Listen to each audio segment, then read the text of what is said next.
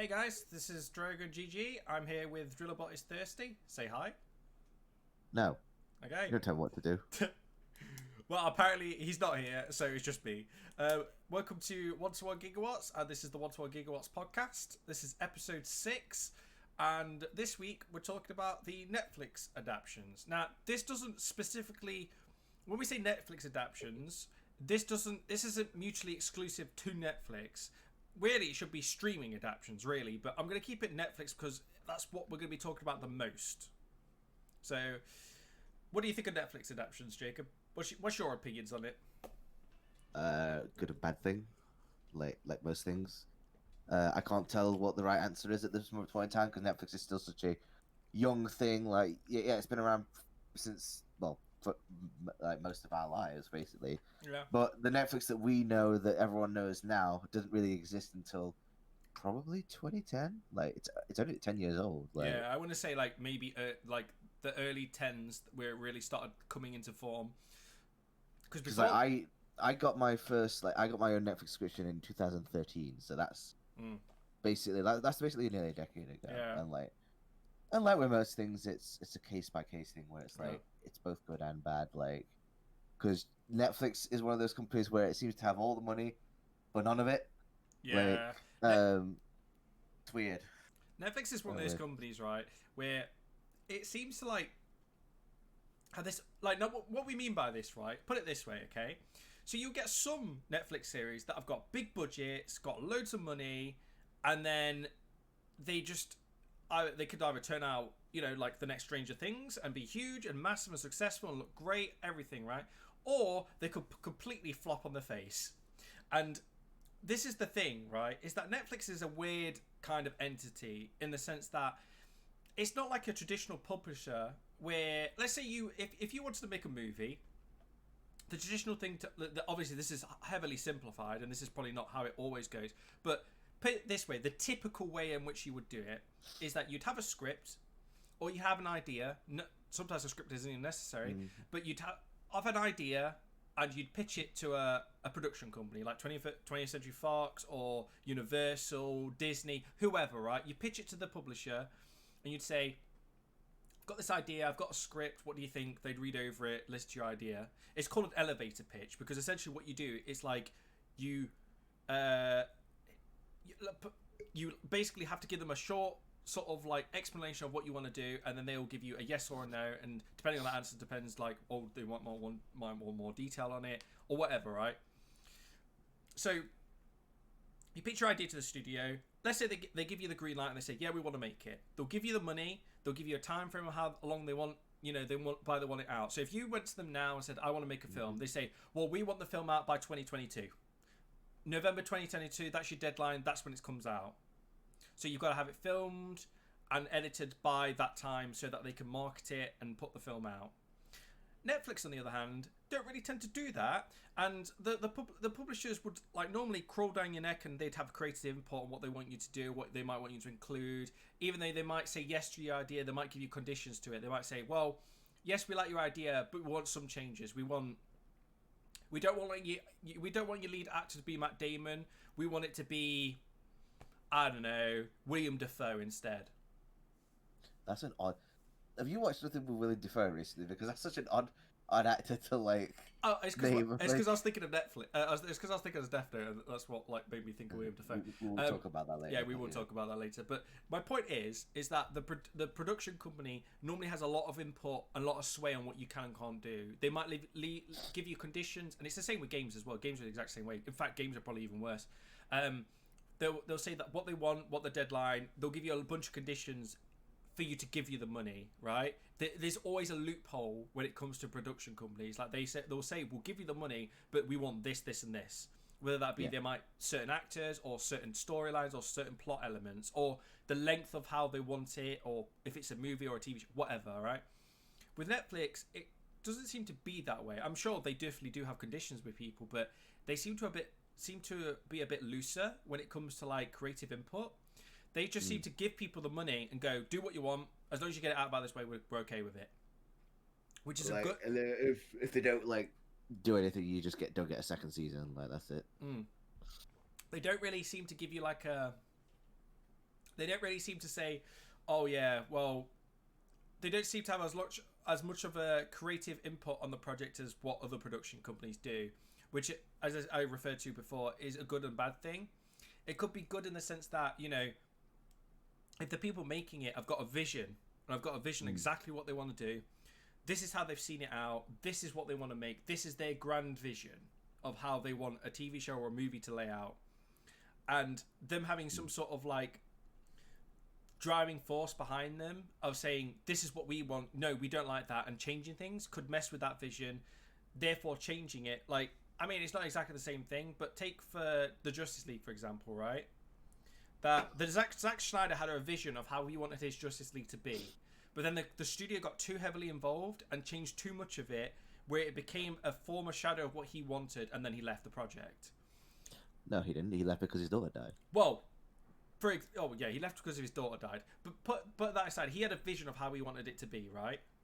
Yeah, which is we will soon see. Which we will soon see. God help us, but you know.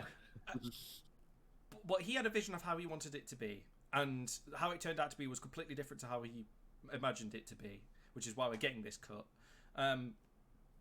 Whatever the reason was why he left is irrelevant. It's the fact that he left and somebody else came and took over and changed it. That's a prime example of like a studio interfering to a certain degree, right? I mean, it's not the best example. There's definitely ones where studios have interfered with the project so much that it's basically ruined the entire thing. And something that started off as a great idea on paper has soon become absolute trash because of interference from studios. Now, Netflix doesn't seem to be doing that, I mean, as far as we know. Now, while this might be a good thing for people who have a vision of what they want to do, this could also potentially be a bad thing too, because if you don't have that driving force of a publisher breathing down your neck, I've always said this, right, is that publishers are a necessary evil for companies to really like pull their stuff out of, like, to basically get the heads up at their arse, basically, because if they have deadlines. Yeah, because if you don't have a deadline and you don't have a criteria that you have to meet, people don't get creative and they don't think of alternative ways to do things, or they don't innovate, and that is a big problem. Is that if people don't innovate, then things don't get better, and when we don't progress. Now, there's always that thing, right? I'm gonna refer to games again because all I can think of is video games in these examples, because they're the best examples of it. Is that there's always like a thing with gaming, right? Is like, what happened if a good, competent studio was given unlimited money and given unlimited time to make a video game? What would they produce? And I think that question has already been answered, and that is Star Citizen. Star Citizen is the biggest fucking scam I've ever seen in my entire life. It is a game that will never be made and completed, and is a feature creep, and it will never ever become the thing that it was supposed to be, because maybe it originally started off as this ambitious project and had a lot of drive, but it's slowly become a cash cow. And I mean, yeah, like, yeah, you know. Yeah, but what I'm trying to say is that if there's not a studio behind them breathing down their neck, not for every studio, there's no drive, and they might not get it done at all, or if to a state in which it can be pushed out. So it's it's a double-edged sword, really, with Netflix, I think. Is this going to be on the Test Professor? What are your thoughts on it, Jacob? I want. Just the whole, like, what do you think about Netflix?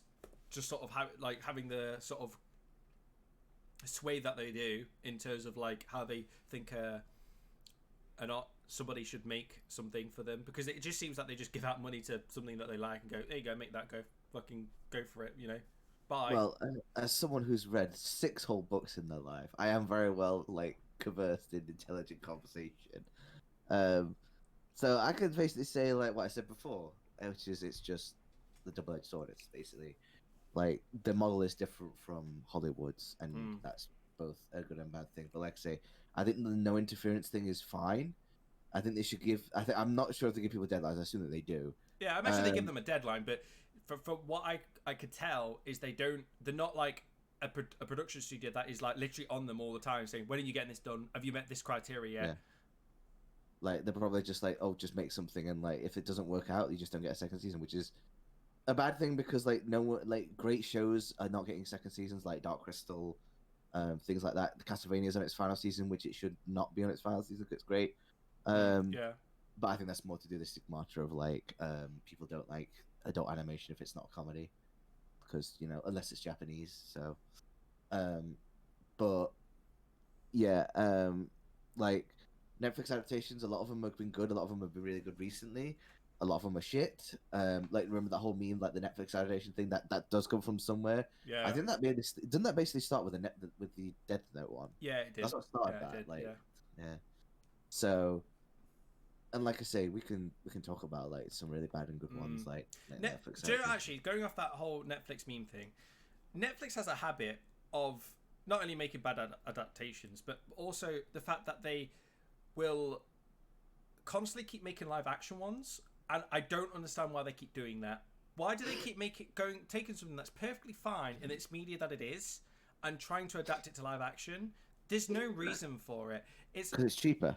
Like, no, don't get me wrong. Live action is cheaper because they obviously don't have to pay an animation studio to animate everything. I understand that. I understand it is cheaper, but they've got the budget. Like they could easily do a 3D epic if they wanted to, and it could be fantastic. Like they've proved to us that Netflix can make good shows. They made they've funded Castlevania. They proved to us that they could do good stuff if they choose to. That isn't live action. Mm-hmm. Same with isn't the didn't you say there's a Godzilla series on there that's also not live action, which is really good. Well, there's the anime trilogy, which is really good. They've got a new anime coming out. It's specifically an anime. A lot of good stuff coming out on Netflix. Like, yeah, they proved to me they can do it, but they just choose not to.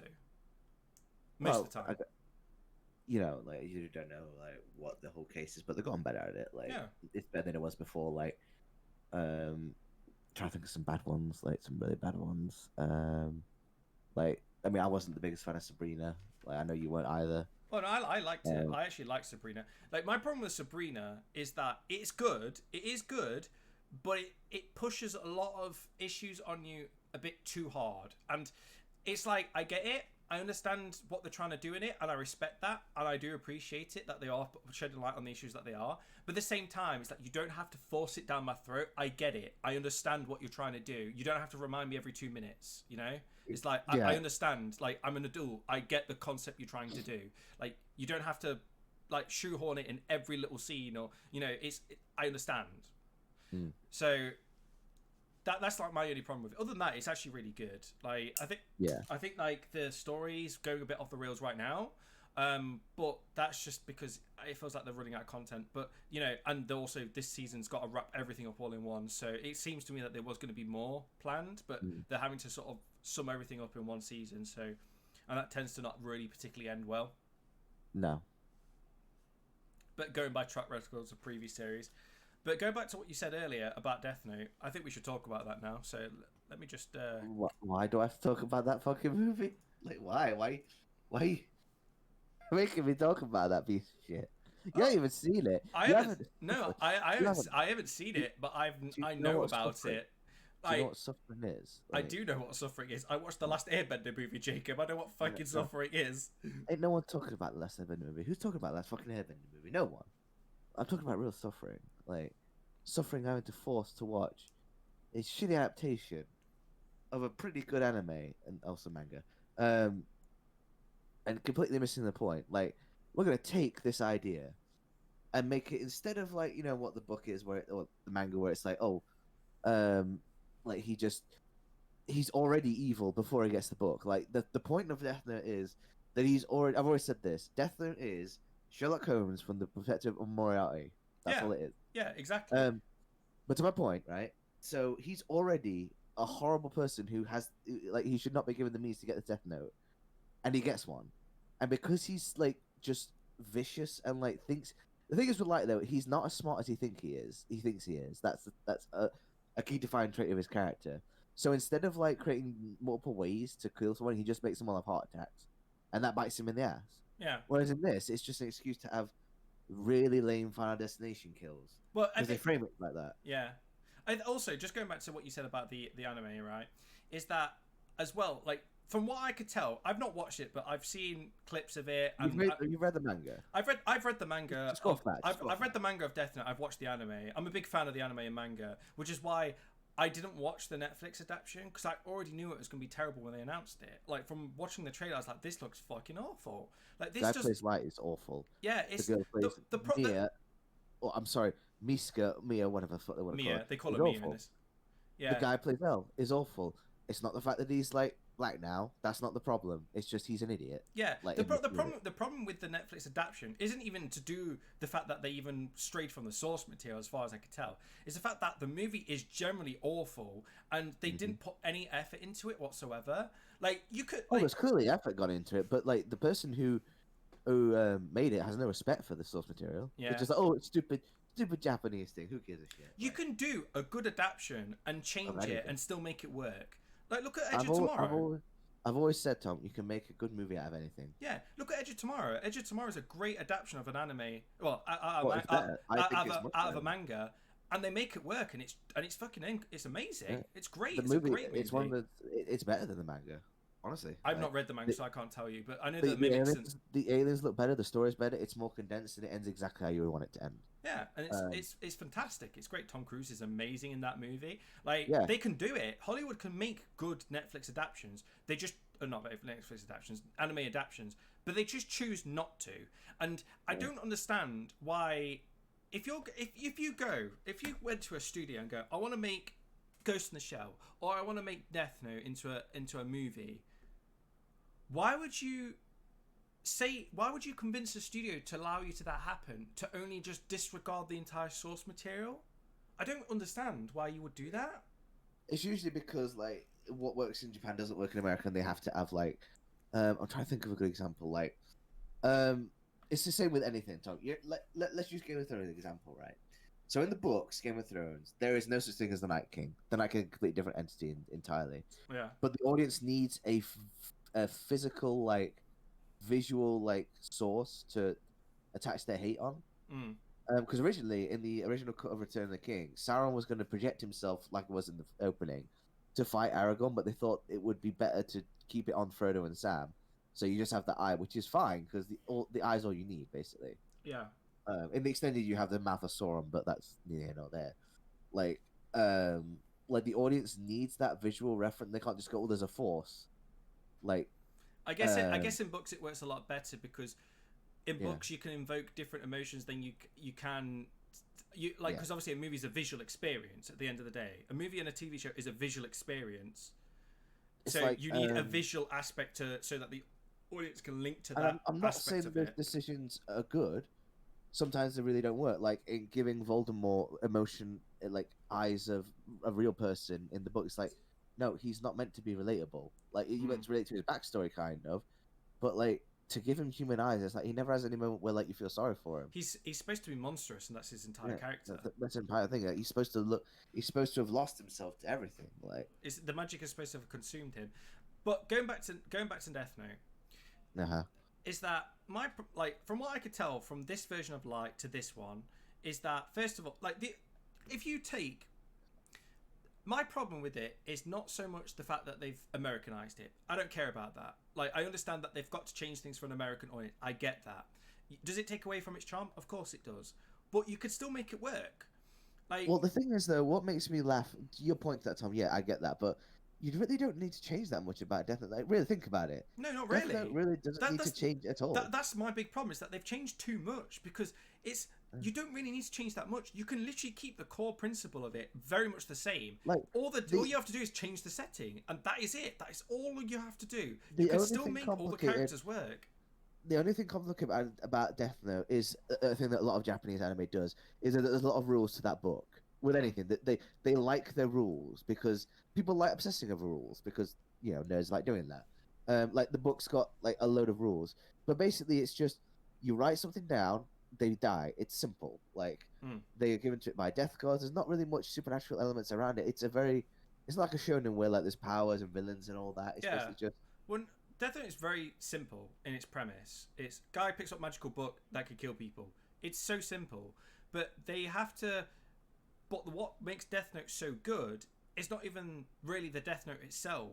it's to do with how Light uses it, and how he and yeah, as you said, it's like Light was already evil to begin with, but this Death Note just it fed his ego a lot, very similar to how Walter White was, right? Walter was already a bad person, but him becoming consumed by making drugs really sort of brought it out in him.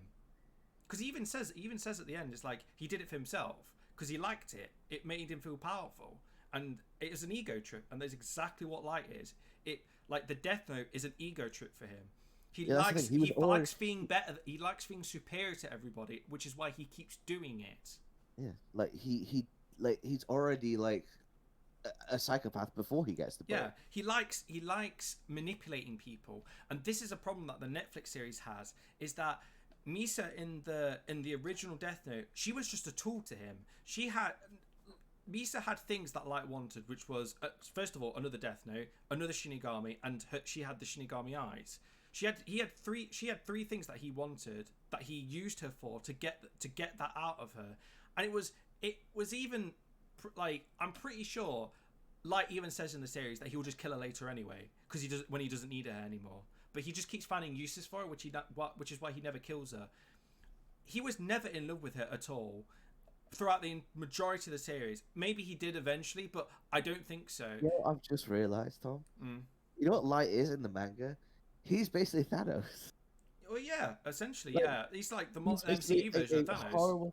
A horrible version, like basically a horrible character who justifies his actions by murdering people. The difference between Light and Thanos is Light's motivation to make a bit more sense. Problem with Light is he doesn't like think of he basically just gets lazy. He just goes, everyone's going to die of a heart attack, and that's what gets him. Do you know what happens to him is he gets compliant later on. Is that when I always say that Death Note really falls off after L dies, because what happens is that the two characters they bring in, first of all, don't work at all. They're awful. They kind of like come together at the end to go, yeah, we were working together this entire time. It's like, what? It makes no sense. It's like they never alluded to it before, and it like the characters never seem to be interacting throughout the series. So it just kind of feels like it comes out of nowhere. Also, Light technically never lost. He relied on, well, he did lose, but he relied on too much of other people to do the things that he should have not trusted them with, which I guess is really his own downfall. But if it wasn't for that, he would have won. But anyway, putting that aside, my whole point is that in the anime version of Death Note, Light is smart, and his entire thing is that he has to outwit everybody. In the Netflix version, that is not the case at all. He's just a big dum-dum. He's an idiot. Everyone in that movie is an idiot. It's not a series, it's a movie. Yeah. Everyone in that movie is an idiot. They don't act like the plot. There's a part where L catches Light basically kind of sort of the same way as he does in the anime and manga, but he basically just jumps to the conclusion that Light is Kira, like he does in the anime, and basically after that he just, as I remember, I haven't watched it since it came out. He chases him through the streets with a police car. That's stupid. Real fucking stupid. But let's move away because I don't want this to just be about the Death Note. Why do we talk about something that all the good adaptions that have actually happened from Netflix? Well, one that you've just watched recently. Like, do you want to talk about that? Yeah, we could talk. Yeah, we could. Actually, this will lead into that. We could talk about this, but we'll lead into it. So, the one thing about hang on, let me just change this slide to Netflix equal good now. What? Oh, fucking. Okay, there we go. Okay. So, so the big thing, as well as there being bad adaptions like the Death Note, the Death Note adaptation, which is basically was just a cash in essentially. Like they seen something that was popular and thought, let's make an American version of it and cash in on it. But there has been some good things that have come out of Netflix. I think the one thing that I've actually really loved about Netflix is that for shows that really had no, or films in this regard, or books or whatever, that really had no hope of really being adapted into anything, for them to be given this opportunity for to then become to actually something to come out of it. So a good example is so let's take The Witcher for example, right? Yeah. So we have a book and we have a game. both very successful, both very good. There's many books. Yeah, there's many books, but just simplify it a little bit, right? Is that so? These two came out very successful, very good. Would we ever got a sequel to The Witcher? Probably. We probably would have got more sequels if Studio Project Red didn't fuck up with Cyberpunk. But was there any chance of that becoming a movie? Potentially. But I mean, it was more likely to become a TV series just given the fact that Game of Thrones existed. Yeah, Like, yeah. I'm sorry, Tom. In that decade, like last decade, because obviously Game of Thrones was Game of Thrones defined basically the 2010s to 2020. It encompassed the entire decade because like it ended in the last year. Like started in the first year. I'd honestly argue that Game of Thrones really pushed TV shows as more of like a legit thing. Yeah, and it wasn't even on Netflix. Like, yeah, and it wasn't even on Netflix. When you adapt like something like The Witcher, because you're basically trying to be, because this is what my problem with The Witcher when I first started watching was it's trying too much to be Game of Thrones. Yeah, if you do it as a TV show, you don't do it as a movie. You do it as a TV show. When movies, Tom, what you do with movies nowadays is you take from Marvel because Marvel is the biggest thing. TV, it was Game of Thrones. Movie, it was Marvel. Marvel was the biggest thing in movies, and then TV was Game of Thrones. The good thing that you can do with TV shows compared to movies is that a movie has to make sense within 3 hours. Like, either be 3 hours is a bit of an extreme because no movies really are 3 hours. But let's say 2 hours. Most movies are about 9 episodes. If you got like 3 hours is 9 episodes. Yeah. So an entire movie has to be condensed into, let's say, a 9-episode TV show, really. Mm-hmm. But the good thing about TV shows is that if you've got so much content like you do in The Witcher or Game of Thrones, you can extend that over multiple seasons to build up a universe. Yeah. Now, Marvel has done that with its movies, but that's different because they didn't really plan to do that and it kind of just sort of happened. But if you think about it, aren't Marvel movies just technically one big TV show? Oh yeah, but like I say, that's the model. Like I'm talking about like superheroes, like fantasy and movies. Like they've tried over that entire decade, it doesn't work. Yeah. It has to be in TV, like because people just want it in a TV format. Actually, let me retract on my statement a bit. Probably Witcher isn't really a good example. Let's take Avatar, for example, right? Is that we had that really fucking awful M. Night Shyamalan movie, which I want to erase from my memory. And after that, before that came onto Netflix, and the downfall of Korra, was there any hope of that really getting another series? Probably not. Well, remember that we weren't even supposed to get more Korra. We weren't even supposed to get Korra. Korra was a basic fluke. Like Nickelodeon was essentially done with Avatar, right? So they were done with that. It was a mini-series, like the first series.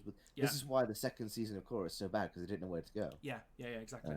Well, anyways, my point is that had no hope in hell of getting another series. But because it got so popular on Netflix again, and people started, like, who never watched Avatar when it came out in, like, the mid-2000s, never really watched it. So they started watching it, really enjoyed it. It picked up, it got really popular again. So, which then, because Netflix has got money to burn, they were like, well, why don't we just make another TV show out of it? And that's exactly what they're doing. Yes, it is a live action one, and it's probably going to be awful. But the fact that it's gained interest again is a good thing. And this is the same with anime as well. Is that animes that have had no chance in hell of getting a second season are now getting second seasons because of their popularity on Netflix. That's a good and bad thing as well. It's a good and bad thing. Like there's no right or wrong answer, because at the end of the day, like I never thought in a million years time I'd see a sequel to fucking Irregular Magic High School. No one was asking for that. No one was asking for that. But anyway, like this is the thing. Like we're getting sequels to anime that we never thought we'd get sequels to. But the problem is the world is different. Like there's been so much time differential. Like because I'm super excited for another new game. Apparently they're making another series of No Game No Life, which I fucking love. Yes, it's one of my favorite animes. That has been debated for the last like 6 years, like since it's been released. Is that good? Because it's definitely happening now. Like I don't know when it's coming out, but like, so is that going to be like straight adapted from the books, like the visual novels, or sorry, the manga? Sorry, or I think like, it is. I think No Game No Life did start off as is it a light novel? I believe it's a light novel. Maybe, like you're probably right. Maybe it's a light novel. I can't remember. I do own the light novel. I've got it right there. Yeah, because I bought it in Waterstones of all places. Like, shout out to big brat bring up Waterstones. So I'm excited for that shit, but like, is it going to look the same as it was back then? Because like it came out a long time ago, almost last decade. So Yeah, it was very stylized. I remember that. oh yeah, I love the look of it. But like, okay, like it's a good and bad thing. Like say with Netflix, Amazon, and all that, it's like you can clump them all into one. Like like Disney at the minute, like Disney. This is it. Actually, this is a good point. I logged onto Disney Plus today, and they've added the Star stuff, which is basically just Family Guy, everything else. Futurama, like Futurama is now on Disney Plus. I don't need Amazon anymore. I mean, I don't pay for my Amazon, but like, you know, say, but like, wait, no, I do pay for my Amazon. Like, it's on a different card, that's why. But yeah, like there's so much extra stuff now. Like I was just browsing through what's on there today, and there's like loads of good stuff on there because obviously it's whatever they owned and bought out from Fox. They've just added on there. Yeah.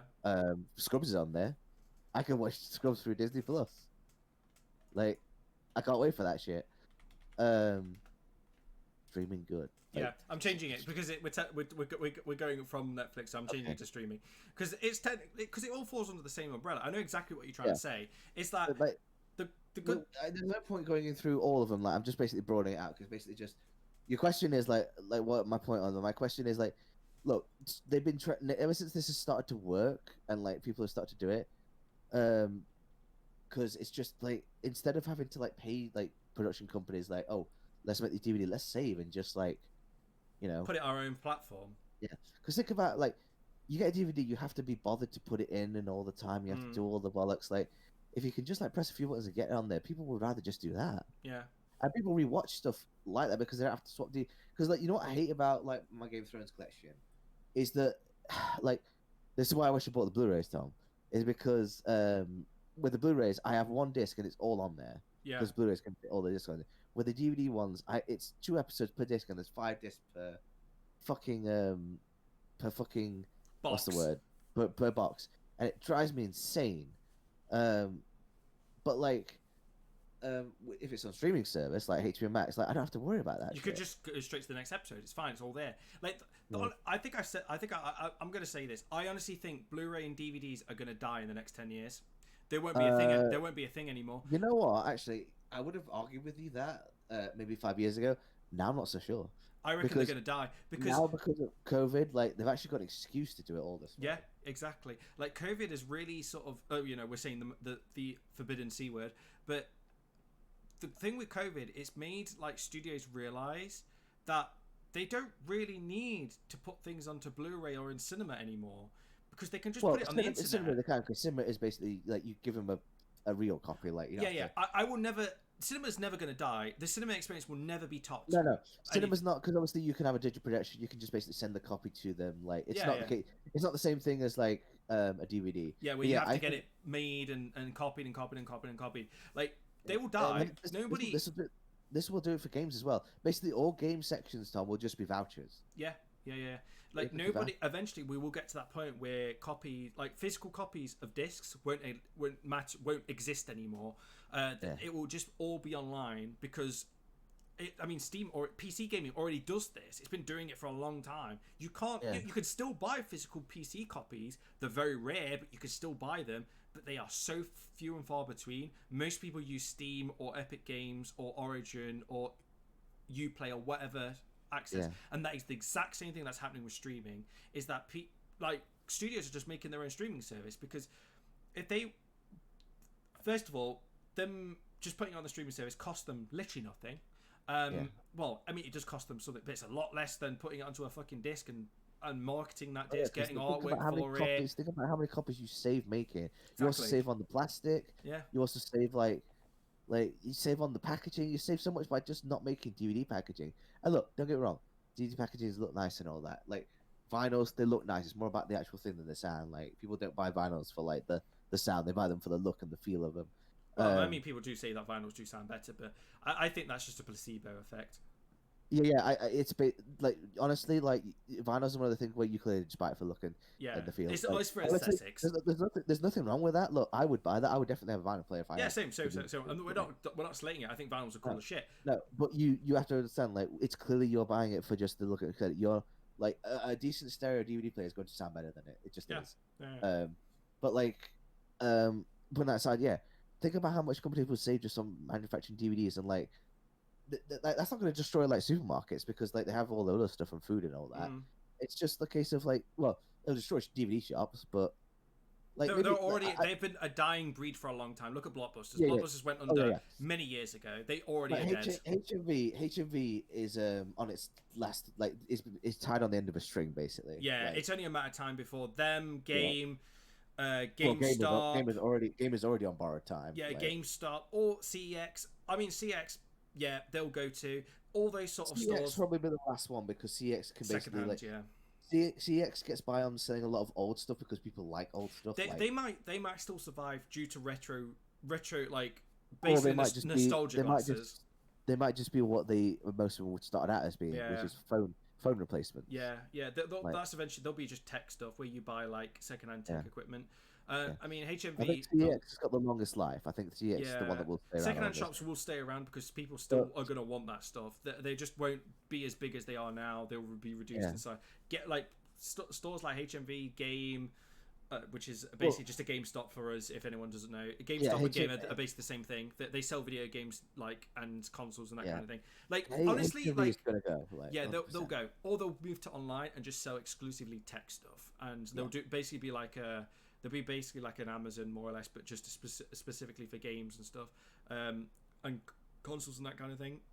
But that industry is going to die. Like, to be honest, Microsoft already pushed for that move in 2012 with their Xbox One.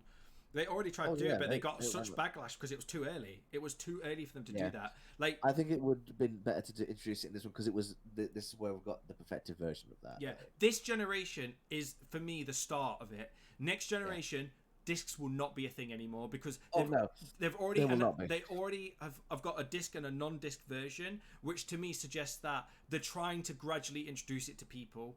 And what's going to happen is they're going to, I know we're going off topic here, but it is kind of related to the whole streaming thing anyway, is that what will happen is the next generation of consoles will just be discless. They will just be basically essentially cheap PCs, and that's what they will be. It will just be online only. Too bad, basically, and that's essentially what's going to happen with the film industry. Is that DVDs, Blu-rays, they won't exist no more. It will all be online, and that's where you'll find everything. Sucks for like people obviously in that field, but unfortunately, it's just the way that things die. Like it's inevitable. Well, look what happened to the fucking. Look what happened to vinyls. That died. Look what happened to nothing lasts forever. No. Like, I mean, nothing does last. I mean, I say look at what happened to radio, but radio is still very much around and present today. People thought TV was going to kill radio, but it didn't. Radio's still going strong now. So like YouTube didn't kill TV either. Like YouTube is his own thing. No, YouTube. There's always those idiots that watch TV or whatever. Like that's not going to go. Yeah, that's not going to change. Like. And TV as an institution has been around a lot longer than YouTube. YouTube's barely like 20 years old. Yeah, YouTube. Like the internet is still young. Like TV's been around since the Queen's been on the throne. Like the TV has been around for almost over 50 years, maybe even longer. Yeah. Like it's not going to go away like anytime soon. Like TV as an institution is 70 years old. Like you're not going to get rid of that anytime soon. Like. So but going back to what we're saying is that. I personally believe what's going to happen is with whole streaming and all this business is that it is going to move online. Everything's going to, like the studios are already making that move now. It's just a matter of time now before that disappears. Yep. Which brings me back to my original point, which was because everything's going online and TV shows that were not as well known maybe when they were released, or films that were not as big as when they were released are now being put on these services and people are seeing them now maybe for the first time. That's when we're getting sequels to we're getting sequels to things that never really existed. I mean, look at Cobra Kai. Like we got a fucking great. Like it's great. Like we got a series for a movie in the 80s, right? And do you know what? You said this earlier to me when we were watching it, that they've made an entire show out of a joke from How I Met Your Mother.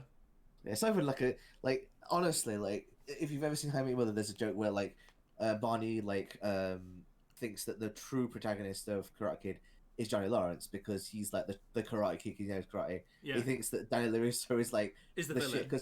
Because one thing that I love about the Cobra Kai, I've never watched it. Like I've watched it all. He's only watched one episode, but he thinks it's great. He's gonna watch the rest of it. Like, I will not spoil it. Like, I think it's amazing. Like, it's probably the best thing that. Well, obviously, I know it started YouTube Red, but Netflix bought it, so they own it. So I'm just gonna call it Netflix thing now. But again, it's still Yeah. part of the same. YouTube Red is still basically just a streaming service. Yeah. It's the same concept. So we get this series that basically like takes this idea and just goes, oh, we're gonna make an awesome show of it, because like there's like karate like being happening in schools and all that. But what I love about the show is that basically like they point out that yes, Johnny got a warning, but Danny got the win. Yeah. Like, yeah. it's a good point. I won't spoil the rest for you, but honestly, like, that's one of the best things to come out of it. There's just some great things to come out of Netflix. Like, I love Dark Crystal. Like, Dark Crystal was a great adaptation of the Netflix. Obviously, that was on Netflix for a while. I hate the fact I'm not going to get into the season, but the season that I got was great. Well, but look at like just going off the good stuff is like look at The Haunting of Hill House. That's also a really fucking good Netflix show that we got. Got a sequel, but based off a book. Like the sequel's not as good, but the original series it's great. It's amazing. It's scary. It's like it's also really like ambiguous as well. It's like it leaves you the questions like did this actually happen, or was this just all them just like going through mental issues? You don't know. And they kept to the book so well with that, and that's what I liked about it. Is that if for anyone who hasn't read the book, I haven't read it personally, but from what some people I know who have read it have basically summarized it to me, and it's essentially the same as the show. Is that they leave everything very much down to you to think if it actually happened or not, or if it was them with mental issues just seeing things and just going through their own personal mental battle, which is what I loved about it. So yeah, that's also another really good thing. We have...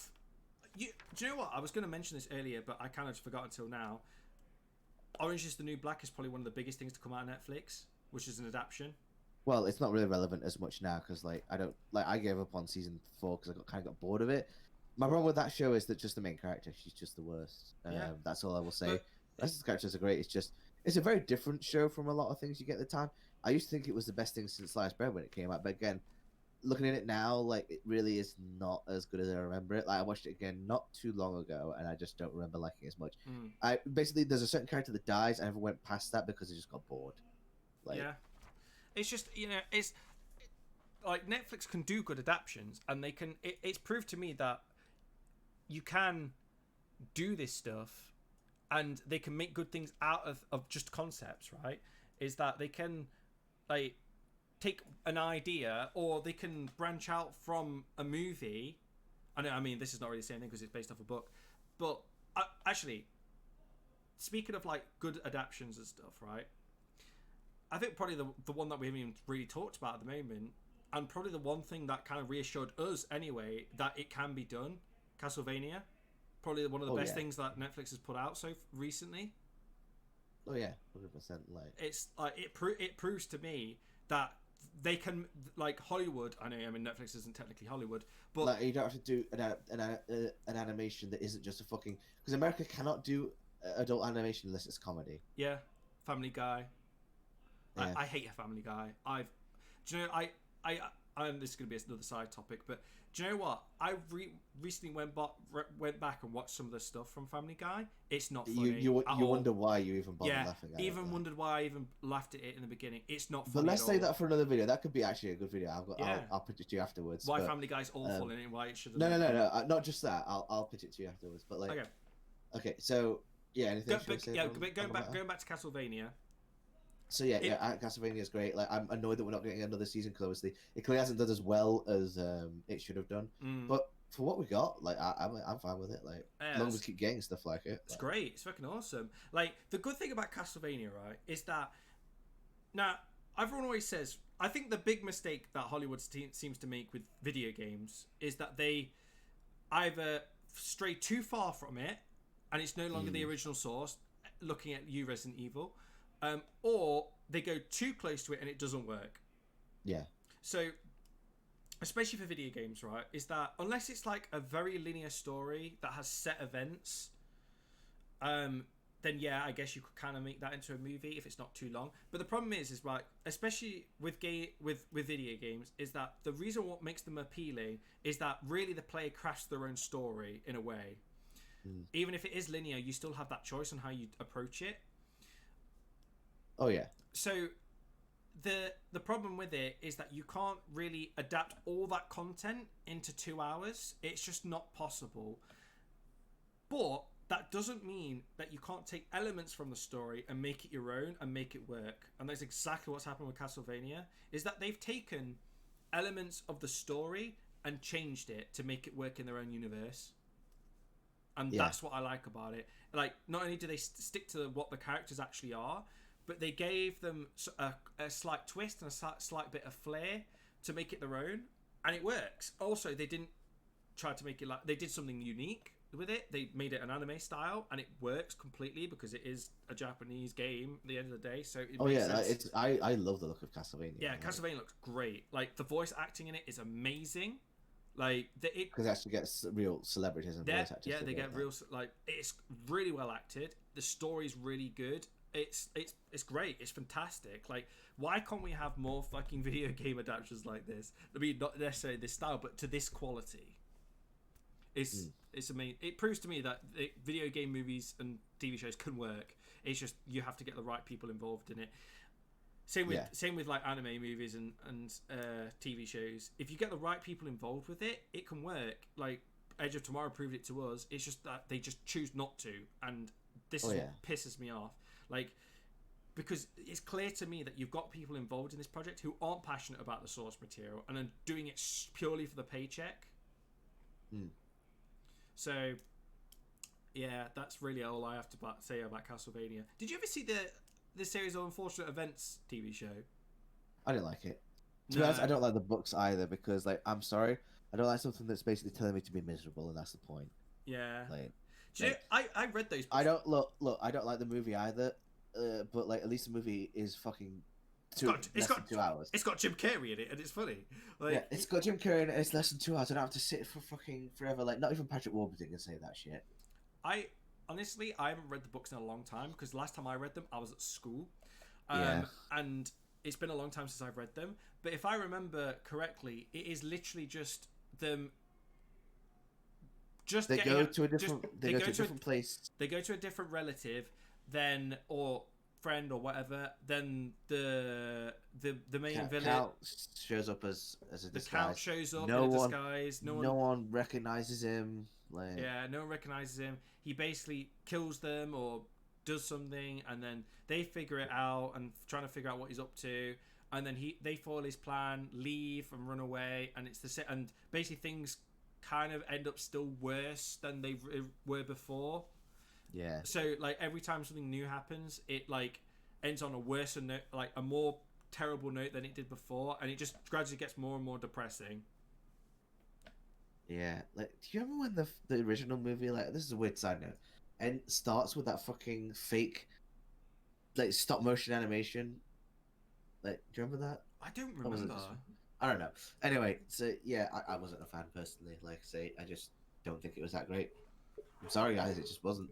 But yeah, like I think we've covered most of what we needed to talk about with it. Yeah, me too. It's just, honestly, like, just to wrap things up in a big conclusion, because I think we've rambled quite a lot about this, but to really wrap things up in a conclusion, I don't think Netflix adaptations are terrible.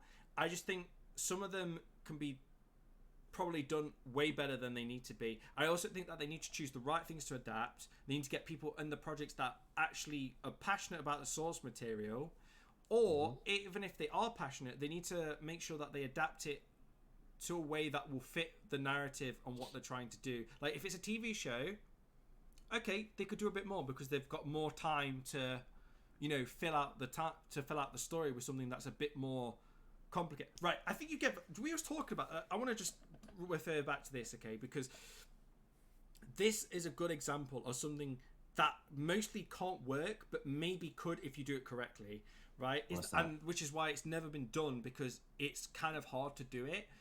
It's like if Netflix turned around tomorrow and said, we want to make a TV show from Warhammer 40k. Could they do it? Yeah, they probably could, but Warhammer has so much shit to it, you cannot just take one part of it and just go show and it work, because you have to explain so much about it because it's so vast and big.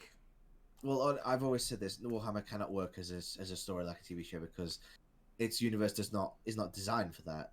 its universe is basically just there is only war. Like that's it. There's war. You might get eaten by space monsters. That's it. Yeah. Like they travel. Tom, they travel by prayer and imagination. Yeah, and orcs paint things red and make things go faster. It's great. But yeah, that is not something that you can like convince an audience that's legit. Like again, Warhammer 40k works as a universe to read about and to basically what's the word, play games with.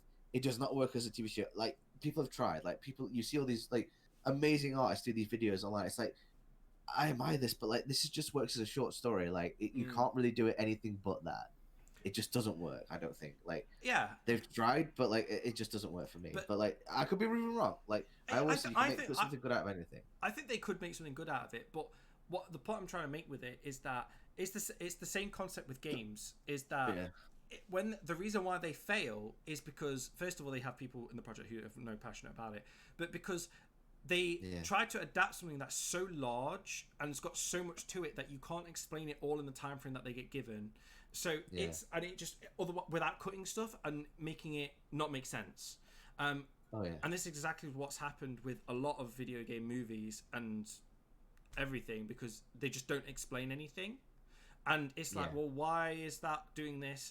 And it just pisses the fans off, and it pisses the people off who, you know, who were looking forward to it, and then just get this absolute disappointment. It's just, you know, it's just one of those things. And this is why Death Note didn't work. Well, definitely didn't work because it was just awful, but they cut too much out of it and they changed it too much to fit whatever they were trying to do with it, which I have no fucking idea. But that's really all I've got to go. I think I'm rumbling about shit now, but yeah, that's kind of just my thoughts on the Netflix stuff. It's just like it can work and it can't work. It's just they have to do the right thing, get the right people involved. That's what I'm going to end it on. All right. But yeah, thank you everybody who watched our podcast. I'm sorry if we rambled so much. We do this every week. Well, every other week, but you know. Yeah, we do. I feel like every time we have a topic, we just ramble about stuff. But that's the point of the podcast, right? Is that we just talk shit about stuff. That's the whole point. Well, as long as we keep on some kind of topic, I don't think people run. Yeah. But yeah, thank you to everybody who's watched our podcast. I think we could talk about a couple of things right now. Is that we do have plans for other videos too, not just podcasts and commentaries. You'll have to keep a lookout for that. We will post stuff on our Twitter, which is here on our just beneath our episode. I'm also going to be updating the look of all the videos, so hopefully get something more professional looking. Yeah, because this is just basically a base to work out stuff. Like this works out fine for now, but obviously in the future, next time we record, we'll get a better look. More like dynamic looking. We'll also have like also next week we're gonna have a guest on. So we're gonna have a guest on who's one of our close friends. The devil. Yeah, exactly. He's gonna be here, and it's also who happens to look like Ned Flanders for some reason. Who's that goat-legged fella? I like the cut of his jib. Prince of Darkness, sir. He's your 11 o'clock. But yeah, we're gonna have a special guest next week on our. On episode 7, so look forward to that. Also, we've got a new project in the works that I've been editing for the last like week and a half, maybe more. It's been a long time. It takes a long time to edit this video, but it's his dance mix. Yeah, so it's my mixtape. It's my mixtape. But yeah, we've definitely got some videos in the works and ideas that we want to do outside our podcast and outside our commentaries. Which we will definitely upload to our Twitter when we are working on them, or any update about it. So yeah, you can follow our Twitter at 1-to-1 Gigawatts GG. We post random shit on there and whatever. So follow us on there. Thank you everybody who's watched our podcast, and that's it. You got any closing statements? Get the hell out. All right. Well, bye bye.